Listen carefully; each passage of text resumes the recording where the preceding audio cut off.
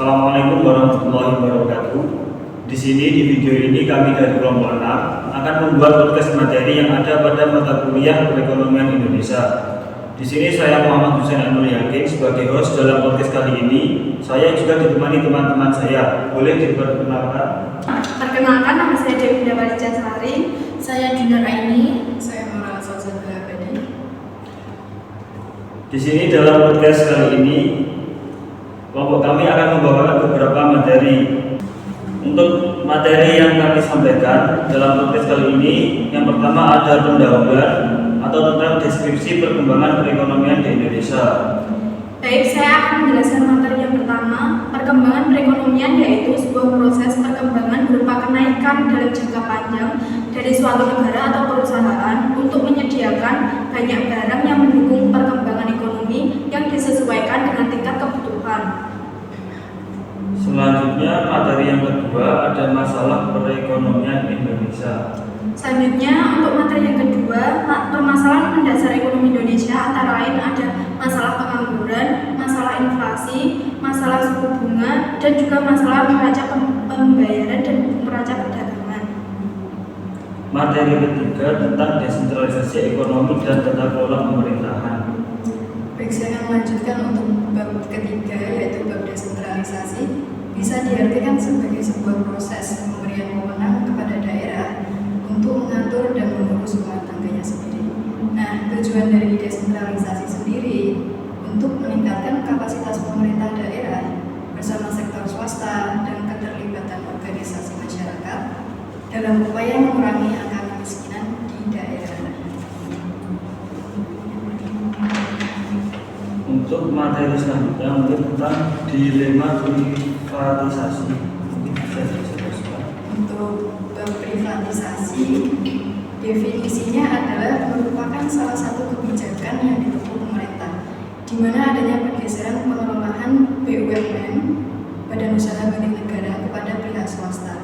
Hal ini beralasan karena upaya ini dianggap dapat menghasilkan perbaikan yang signifikan.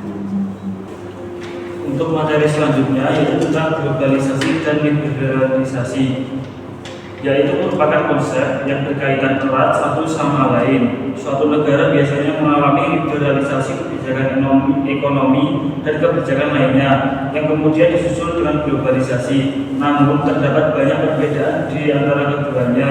Liberalisasi umumnya berkaitan dengan aktivitas dalam suatu negara sebagai akibat dari modernisasi dan pembangunan.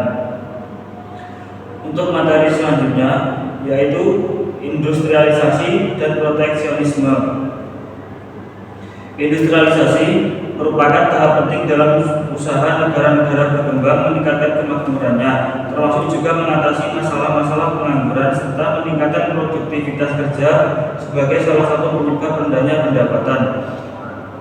Dan proteksionisme, suatu negara mungkin saja melakukan berbagai tindakan untuk melindungi pasar dalam negeri.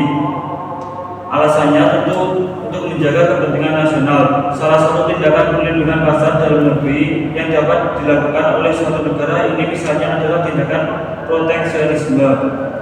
Proteksionisme muncul sebagai upaya suatu negara untuk melindungi kepentingan di dalam negerinya. Untuk materi selanjutnya yaitu tentang jejak krisis dan reformasi ekonomi.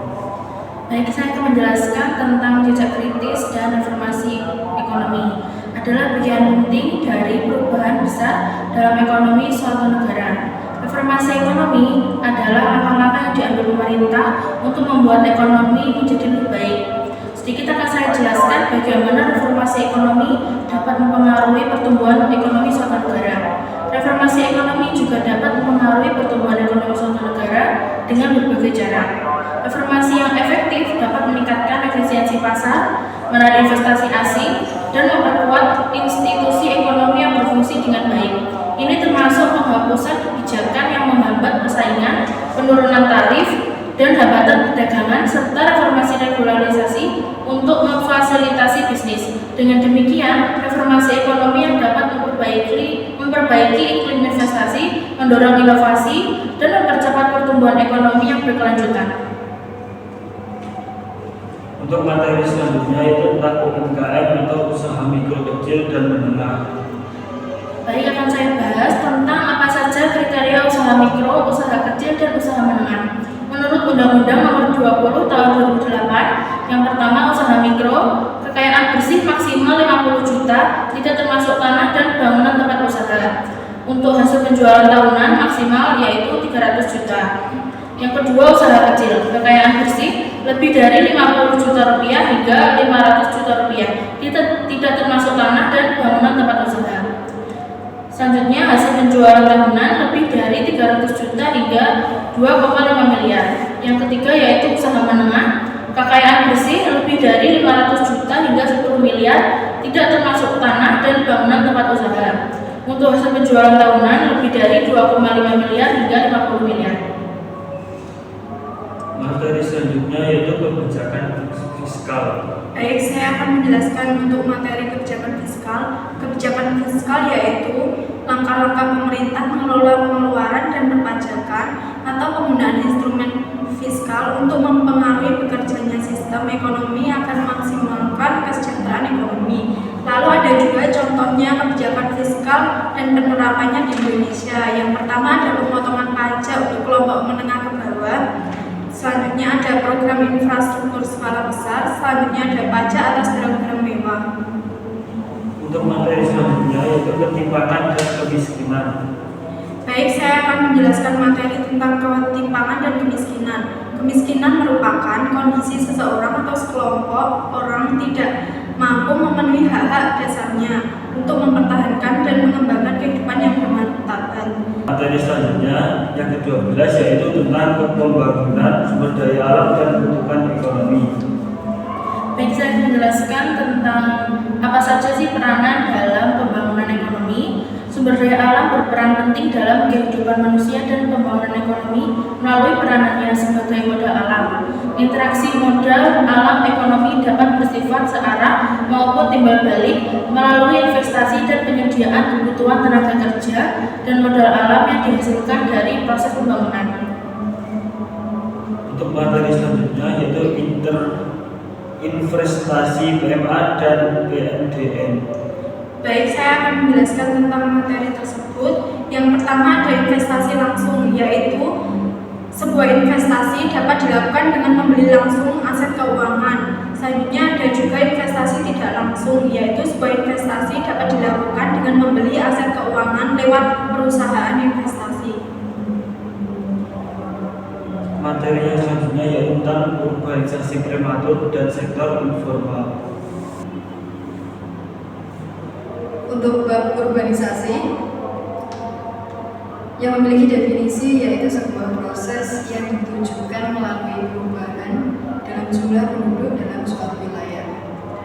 Proses urbanisasi lebih ditekankan pada aspek kependudukan yang terjadi baik itu di kawasan desa atau kota yang dinilai cenderung melampaui daya dukung wilayah tersebut. Nah, dampak urbanisasi itu ada dua.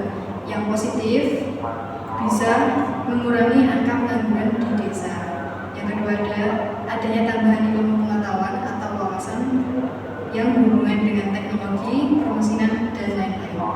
Untuk dampak negatifnya, munculnya gejala kemiskinan di perkotaan. Yang kedua ketimpangan income per kapita, dan yang terakhir adanya kriminalitas. Mungkin itulah pembahasan yang bisa kami sampaikan.